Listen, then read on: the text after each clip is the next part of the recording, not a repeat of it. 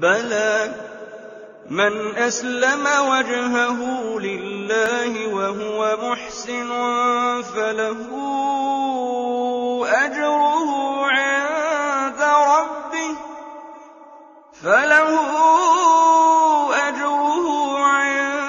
رَبِّهِ وَلَا خَوْفٌ عَلَيْهِمْ وَلَا هُمْ يَحْزَنُونَ